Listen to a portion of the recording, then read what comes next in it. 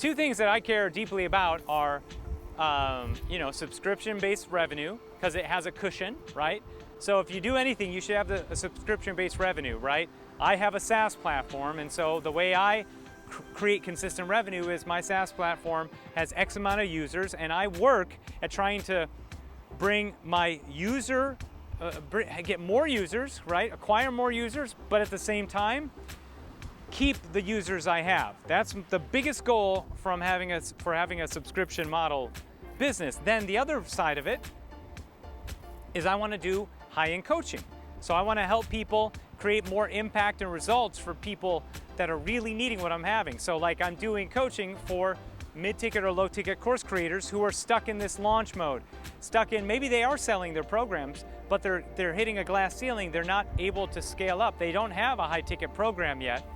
And they also think that they have to do all sorts of crazy stuff to build a high-ticket program, when the course that they have right now could be turned into a high-ticket, and they don't even realize that. And so I kind of help them take that program that they have, turn it into a high-ticket program, teach them how to show them how they're going to fulfill that program to get better results for their clients.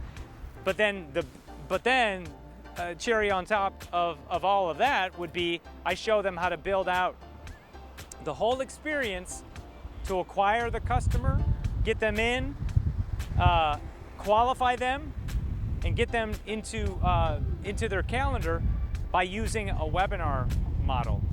Because that's what we found to be super successful for people.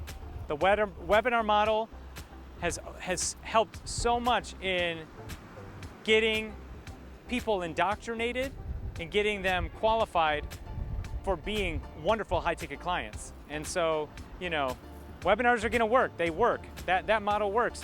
A lot of people say that webinars are dead, that they don't work for that, but you have to understand there are high-ticket funnels that every high-ticket funnel and every sales funnel uses a webinar, right? And I mentioned this before. A video sales letter is the same as a webinar. A webinar doesn't have to be an hour long. It could be 15 to 20 minutes long, as long as it's high impact. And that's the power of a high-ticket program. There's more room for error. You could do a 20-minute high-impact webinar that's like, that gets people to say, yes, yes, yes, I need this, I want this. And then the call to action is simply just get on a calendar. Let's see if we can help you. That's it.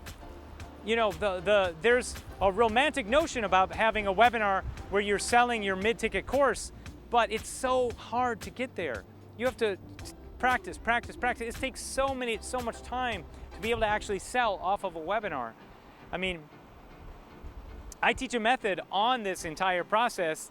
I call it the webinar sprint method, where you run a live webinar weekly for the next 5 to 6 weeks. A weekly live webinar for 5 to 6 weeks. And then, only then after you get conversions and you get sales, do you put that into an automated system, right? But that takes so long. Instead, think about how you can also maybe make a 20-minute high-impact webinar that could get people booked into your calendar right away, right? There's a lot more room for error, and there's a bigger spread of revenue in that. And you could do paid ads, spend 10 to 25 bucks per lead, and still make money on the back end. So high ticket is a great way to go. I definitely recommend it. Two things, as I said, subscription model and a high ticket. That's the way to go.